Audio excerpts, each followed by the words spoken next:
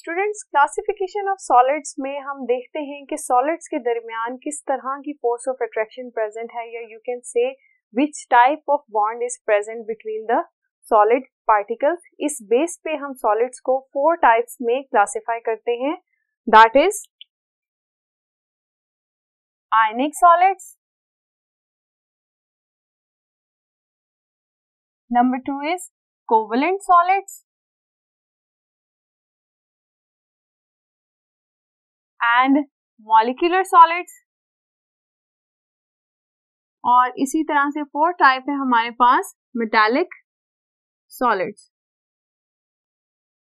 Students, ये 4 types, इनके नाम से हमें अंदाजा हो रहा है कि इनके दरमियान किस तरह की फोर्स ऑफ अट्रैक्शन प्रेजेंट होगी। फॉर एग्जांपल आयनिक सॉलिड्स के केस में हम देखेंगे कि यहाँ पर पॉजिटिव और नेगेटिव आयंस के दरमियान strong electrostatic force of attraction present होगी। और इसी तरह से अगर हम कोवलेंट सॉलिड्स की बात करें तो यहाँ पर पार्टिकल्स के दरमियान कोवलेंट बॉन्ड मौजूद होगा। मॉलिक्यूलर सॉलिड्स हम इस तरह के सॉलिड्स को कहेंगे जिसके अंदर पोलर या नॉन पोलर मॉलिक्यूल्स होंगे और वो सॉलिड फॉर्म करेंगे। दैट इज लास्ट हमारी जो टाइप है that is metallic solids. Metallic solids में सिंपल स्टूडेंट्स पार्टिकल्स के दरमियान मेटालिक बॉन्ड मौजूद होगा। इन सारी टाइप्स को स्टूडेंट्स हम इंडिविजुअल डिटेल में डिस्कस करेंगे। तो फर्स्ट टाइप को डिस्कस करते हैं, that is ionic solids. Ionic solids को स्टूडेंट्स हम डिफाइन करते हैं, those crystalline solids in which constituent particles are positively and negatively charged ions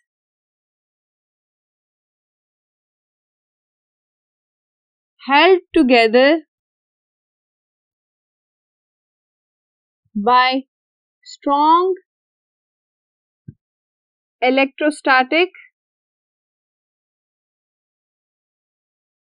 force of attraction are called ionic solids।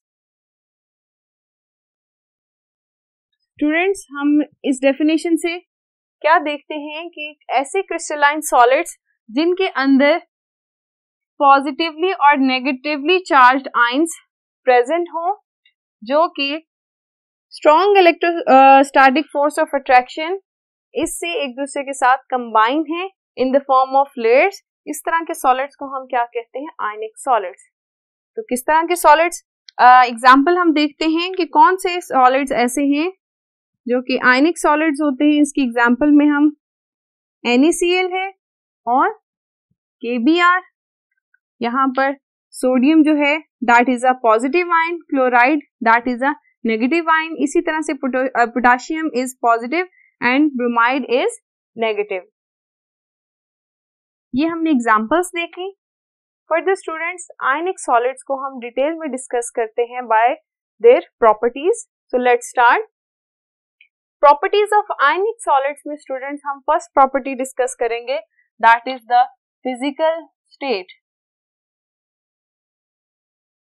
Physical state से क्या मुराद है कि ये रूम टेम्परेचर पे क्रिस्टलाइन सॉलिड्स किस फॉर्म में होते हैं, वो लिक्विड में है, गैस में है, क्या उनकी स्टेट होती है।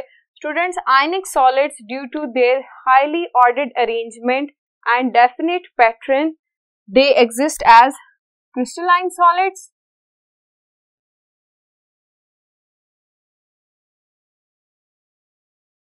And at ordinary temperature and pressure they never exist in the form of liquid or gas। आपके सामने ये एक आयनिक सॉलिड का क्रिस्टल लैटिस है। इसमें आप देख सकते हैं कि इनकी ज्योमेट्री, इनका पैटर्न जो है वो कितना ज्यादा स्पेसिफिक और डेफिनेट है, कॉम्पैक्ट पैटर्न है, जिसकी वजह से इनकी फिजिकल स्टेट जो है वो क्या है, क्रिस्टलाइन सॉलिड है। नेक्स्ट प्रॉपर्टी की तरफ आते हैं, that is hardness. Compact arrangement होने की वजह से और strong electrostatic force of attraction present होने की वजह से ionic solids they are very hard. अब क्योंकि strong electrostatic force of attraction भी प्रेजेंट है, तो ये क्या वॉलेटाइल होंगे? No. Volatility, it's mean they are not volatile due to present of very strong force of attraction. और इसी तरह से स्टूडेंट्स, जब किसी पार्टिकल्स या कह लें कि कॉन्स्टिट्यूएंट पार्टिकल्स के दरमियान strong electrostatic force of attraction होती है and they are very compactly arranged, तो फिर इस तरह के सॉलिड्स का मेल्टिंग और बॉइलिंग पॉइंट भी बहुत ज्यादा होता है। तो next property melting point and boiling point, इनके क्या हैं? They have very high melting and boiling points. Next students, हम डिस्कस करते हैं इसकी property, nature of ionic solids. Students, ionic solids जो हैं, हम इन्हें इस तरह से नहीं डिस्क्राइब कर सकते कि ये कोई इंडिपेंडेंट मॉलिक्यूल की फॉर्म में एग्जिस्ट करते हैं। उसकी वजह क्या है कि आयनिक सॉलिड्स जो हैं वो पॉजिटिव और नेगेटिव आयन से मिलकर बने होते हैं, और पॉजिटिव और नेगेटिव आयन एक दूसरे को अट्रैक्ट करते हैं, और इस अट्रैक्शन की वजह से क्या होता है, ये कॉम्पैक्ट लेयर्स डिफाइन करते हैं। ये देखिए, ऑल्टरनेट अरेंजमेंट होती है पॉजिटिव और नेगेटिव आयंस की। ये स्ट्रक्चर वो रिपीट करते जाते हैं और क्रिस्टल लैटिस बनाते हैं। स्टूडेंट्स, आपके सामने ये NaCl की एग्जांपल है। यहाँ पर आप क्लियर NaCl का क्रिस्टल लैटिस देख सकते हैं कि यहाँ पर भी पॉजिटिव और नेगेटिवली चार्ज जो आयंस हैं, इनकी रेगुलर अरेंजमेंट है, और ये पूरा क्रिस्टल लैटिस आपको नजर आ रहा है। तो नेचर ऑफ आयनिक सॉलिड्स क्या है कि दे फॉर्म क्रिस्टल लैटिस। हम इन्हें इंडिपेंडेंट मॉलिक्यूल्स की फॉर्म में डिफाइन नहीं करते। इसी वजह से स्टूडेंट्स, हम आयनिक सॉलिड्स का फॉर्मूला मास कहते हैं, हम इसका मॉलिक्यूलर मास नहीं कहते, क्योंकि ये मॉलिक्यूल्स की फॉर्म में एग्जिस्ट नहीं करते। तो जो हम इसका मास कैलकुलेट करते हैं पॉजिटिव और नेगेटिव आयंस का, हम उसे फॉर्मूला मास का नाम देते हैं। नेक्स्ट प्रॉपर्टी स्टूडेंट्स हम देखते हैं, that is the radius ratio. Radius ratio is a very interesting property of ionic solids. Radius ratio क्या होती है? That is the ratio of positive ions, you can say radius of a cation over the radius of anion. ये ratio की जो value है, ये describe करती है what will be the geometry of the ionic crystal. अगर दो crystalline solids या आप कह लें दो आयनिक सॉलिड्स की रेडियस रेशियो की वैल्यू सेम आती है, इट्स मीन कि उनका स्ट्रक्चर भी क्या होगा? सेम होगा। एग्जाम्पल देखते हैं, यहां पर हम NaCl को डिस्कस करते हैं। NaCl की स्टूडेंट्स, क्योंकि सोडियम इज पॉजिटिव, तो यहाँ पर R पॉजिटिव की वैल्यू क्या है? 95 पिकोमीटर, और क्लोराइड इज नेगेटिव, तो यहाँ पर R नेगेटिव की वैल्यू क्या है हमारे पास? 181 पिकोमीटर। अगर हम इन दोनों वैल्यूज को इस फॉर्मूला में पुट करें तो हमारे पास क्या आंसर आएगा? 95 of sodium and 181 of chloride। Picometre ये दोनों आपस में कैंसिल हो गए, हमारे पास आंसर आएगा 0.525। ये है radius ratio of NaCl। Students, अगर हम सीजियम फ्लोराइड के क्रिस्टल को डिस्कस करें तो हम उसकी रेडियस रेशियो जब कैलकुलेट करते हैं उसकी वैल्यू भी सेम आती है 0.525। तो यू कैन से the structure of NaCl and caesium fluoride will be same. ठीक है, दोनों का स्ट्रक्चर क्या होगा? क्यूबिक स्ट्रक्चर होगा। स्टूडेंट्स, अब आपकी एक्सरसाइज बुक का एक क्वेश्चन है कि why the structure of NaCl and caesium chloride is different. ये आपका एक क्वेश्चन है एक्सरसाइज बुक का कि why the structure of NaCl and caesium chloride is different. Radius ratio से ही हम इसे डिस्क्राइब कर सकते हैं। NaCl का हमने रेडियस रेशियो देख लिया, सीजियम क्लोराइड का भी रेडियस रेशियो देख लेते हैं। वैल्यूज पहले हम देखेंगे कि R पॉजिटिव की वैल्यू यहाँ पर कितनी आएगी सीजियम की, दैट इज 169 पिकोमीटर। क्लोराइड की कितनी है 181 पिकोमीटर। R नेगेटिव हम देख चुके हैं। ये वैल्यूज हम अगेन इस तरह से R positive over R negative, यहां पर हम सीजियम क्लोराइड की ये कैलकुलेट करें और इधर हमने NaCl की। आगे वैल्यूज पुट करते हैं इसके अंदर 169 ओवर 181, तो स्टूडेंट्स हमारे पास वैल्यू आती है 0.933। तो दोनों की रेडियस रेशियो की वैल्यूज क्या है, डिफरेंट है, तो इनका स्ट्रक्चर भी क्या होगा, डिफरेंट होगा। सिर्फ तभी दो आयनिक क्रिस्टल्स का स्ट्रक्चर सेम हो सकता है जब उनकी रेडियस रेशियो की वैल्यू सेम आएगी। तो ये बहुत ही इंपॉर्टेंट प्रॉपर्टी है फॉर डिटर्मिनेशन ऑफ स्ट्रक्चर और यू कैन से ज्योमेट्री। नेक्स्ट प्रॉपर्टी की तरफ आते हैं, that is conduction. Students, ionic solids solid state में बैड कंडक्टर्स होते हैं, they do not conduct electricity. उसकी वजह क्या है, क्योंकि सॉलिड स्टेट में आप देख सकते हैं कि पॉजिटिव और नेगेटिव आयंस ये क्या है, कॉम्पैक्टली अरेंज्ड है। Free ions are not available for electric conduction. जबकि अगर हम आयनिक क्रिस्टल को मोल्टन स्टेट में कन्वर्ट कर दें तो क्या होगा, मोल्टन स्टेट में फ्री आयंस अवेलेबल हो जाएंगे, तो मोल्टन स्टेट में ionic crystals can conduct electricity. Students, आपकी बुक का क्वेश्चन है, that is why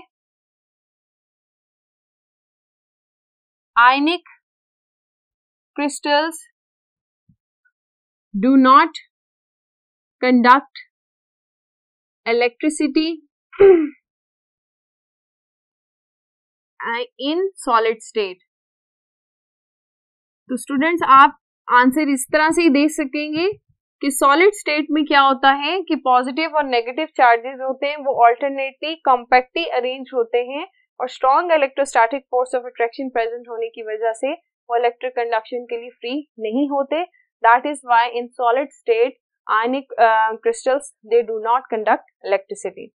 next property की तरफ आते हैं, दैट इज ब्रिटलनेस। ब्रिटलनेस हम प्रॉपर्टी को कैसे डिफाइन करते हैं कि कोई चीज जल्दी से टूट जाए। आयनिक क्रिस्टल्स ब्रिटल क्यों होते हैं कि जब आप उनके ऊपर कोई फोर्स अप्लाई करें तो उनका क्रिस्टल लैटिस जो होता है वो टूट जाता है। इसकी वजह क्या है स्टूडेंट्स, क्या हम देख सकते हैं कि आयनिक सॉलिड्स में आप देखेंगे पॉजिटिव और नेगेटिव आयंस ये लेयर्स की फॉर्म में मौजूद हैं, पैरेलल लेयर्स हैं और ऑल्टरनेट अरेंजमेंट है पॉजिटिव और नेगेटिव। अब जब आप इस आयनिक सॉलिड पे किसी स्ट्रेस को अप्लाई करेंगे तो हम देखते हैं कि ये पैरेलल लेयर्स एक दूसरे के ऊपर से स्लिप कर जाती हैं। स्लिप करने से क्या होता है कि आयंस की अब जो अरेंजमेंट है वो ऑल्टरनेट नहीं रही, बल्कि सेम आयंस एक दूसरे के सामने आ जाते हैं। आप देख सकते हैं पॉजिटिव पॉजिटिव के सामने आ गया है और नेगेटिव नेगेटिव के सामने। And you know like charges repel each other. यहाँ पर रिपल्शन होगी बिटवीन द आयंस। इस रिपल्शन की वजह से क्या होगा कि लेयर्स जो हैं वो एक दूसरे से दूर चली जाएंगी। ये नहीं आप कह सकते हैं कि क्रिस्टल लैटिस जो है वो टूट जाएगा, ब्रिटल हो जाएगा। स्टूडेंट्स, ये क्वेश्चन भी आपकी बुक में है कि why ionic solids are brittle, explain. तो उसकी एक्सप्लेनेशन इसी तरह से होगी जैसे अभी हमने दी कि जब आप स्ट्रेस अप्लाई करते हैं जो पैरेलल लेयर्स ऑल्टरनेट अरेंजमेंट होती है वो चेंज हो जाती है। लाइक चार्जेस एक दूसरे के सामने आने की वजह से लेयर्स एक दूसरे से दूर हो जाती हैं और क्रिस्टल लैटिस जो होता है वो ब्रिटल यानी ब्रेक हो जाता है। नेक्स्ट प्रॉपर्टी को देखते हैं, that is isomorphism and polymorphism. जी आइए हम पहले प्रॉपर्टीज पढ़ चुके हैं। आइसोमॉर्फिज्म किसे कहते हैं कि एक आयनिक दो डिफरेंट आयनिक सॉलिड्स उनकी सेम ज्योमेट्री हो, सेम उनका पैटर्न हो, उसे हम क्या कहते हैं, इस फिनोमेना को आइसोमॉर्फिज्म कहते हैं। अभी स्टूडेंट्स हमने रेडियस रेशियो में डिस्कस किया कि जिस दो आयनिक सॉलिड्स की रेडियस रेशियो सेम होती है उनकी ज्योमेट्री भी सेम होती है, यानी सीजियम फ्लोराइड और NaCl इन दोनों का स्ट्रक्चर सेम है, तो यहाँ पर आइसोमॉर्फिज्म की प्रॉपर्टी है, ठीक है।